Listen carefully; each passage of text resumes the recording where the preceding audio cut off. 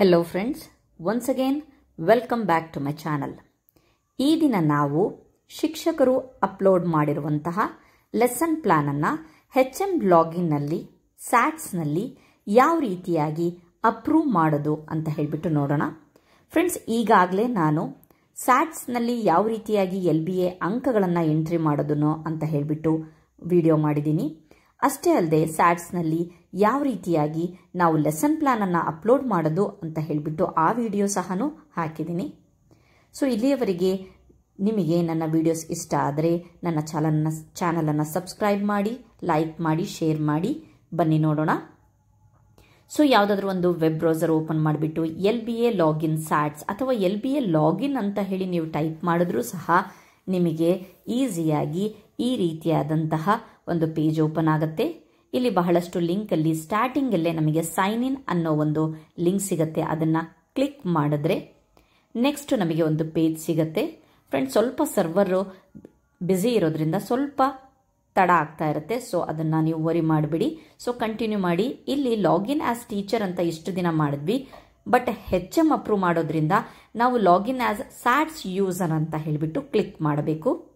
So ಅದಾದಮೇಲೆ ನೆನಪಿರಲಿ, ಸ್ಯಾಟ್ಸ್ user ಅಂತ ಕ್ಲಿಕ್ ಮಾಡಿ ಅದಾದಮೇಲೆ ನೆಕ್ಸ್ಟ್ ಯೂಸರ್ ನೇಮನ್ನು ನಾವು ಟೈಪ್ ಮಾಡಬೇಕು.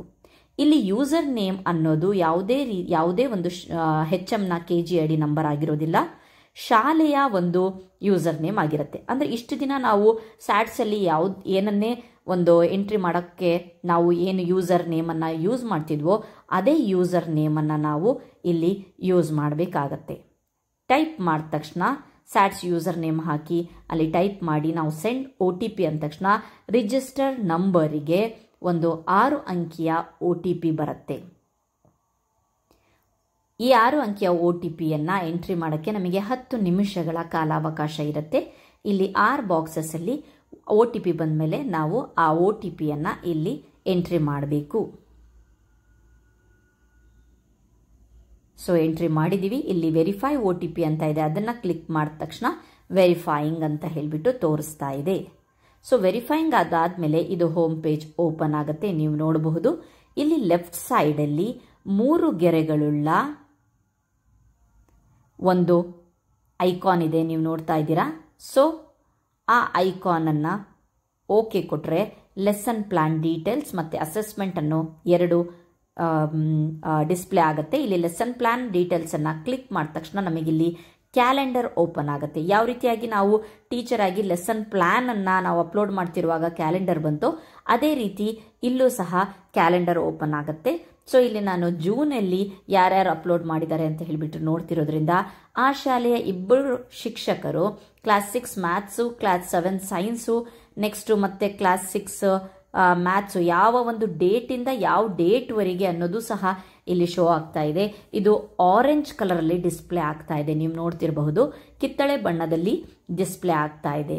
ಸೊ ಈಗ ನಾವು HM ಆದವ್ರು ಏನು ಮಾಡಬೇಕಪ್ಪ ಅಂತಂದರೆ ಯಾವುದಾದ್ರೂ ಒಂದು ಲೈನಲ್ಲಿ ನಾವು ಟಚ್ ಕೊಟ್ಟ ತಕ್ಷಣ ಆ ಟೀಚರ್ ಯಾವ ರೀತಿಯಾಗಿ ತಮ್ಮ ಲೆಸನ್ ಪ್ಲಾನನ್ನು ಅಪ್ಲೋಡ್ ಮಾಡಿದ್ದಾರೆ ಅಂತ ಹೇಳಿಬಿಟ್ಟು ಆ ಪೇಜ್ ಓಪನ್ ಆಗುತ್ತೆ. ಸೊ ಅಲ್ಲಿ ಕೆಳಗಡೆ ಫುಲ್ ಬಾಟಮಲ್ಲಿ ಗ್ರೀನ್ ಕಲರಲ್ಲಿ ಅಪ್ರೂವ್ ಅಂತ ಇರುತ್ತೆ. ಅದನ್ನು ಕ್ಲಿಕ್ ಮಾಡಿದ್ರೆ are you sure you want to approve lesson plan ಅಂತ ಹೇಳಿಬಿಟ್ಟು ಕೊಡುತ್ತೆ.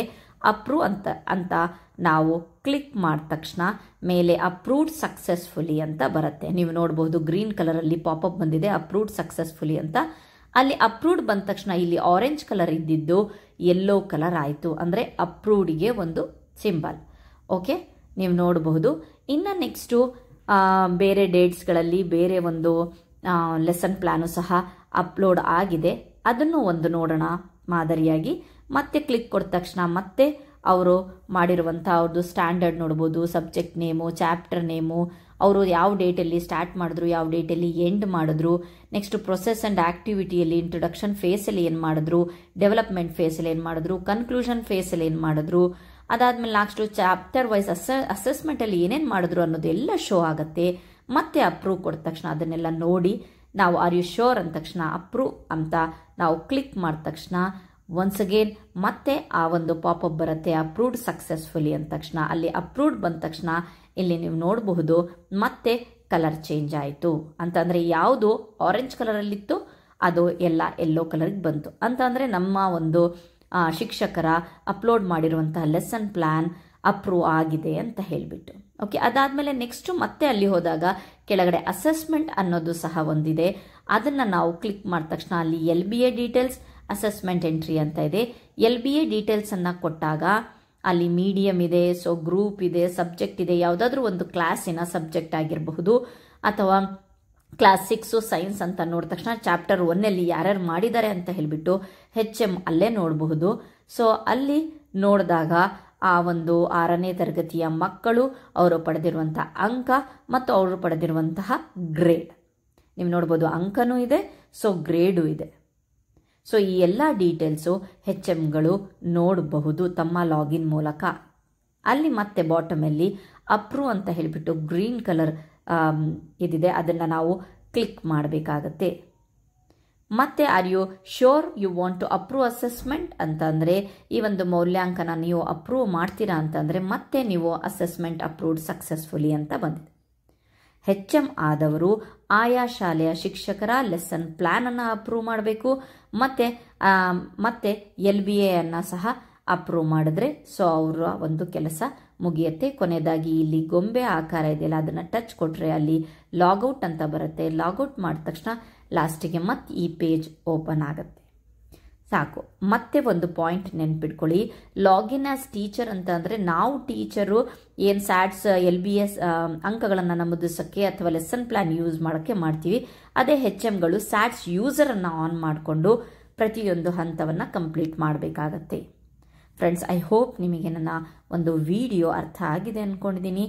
Thank you for watching my videos.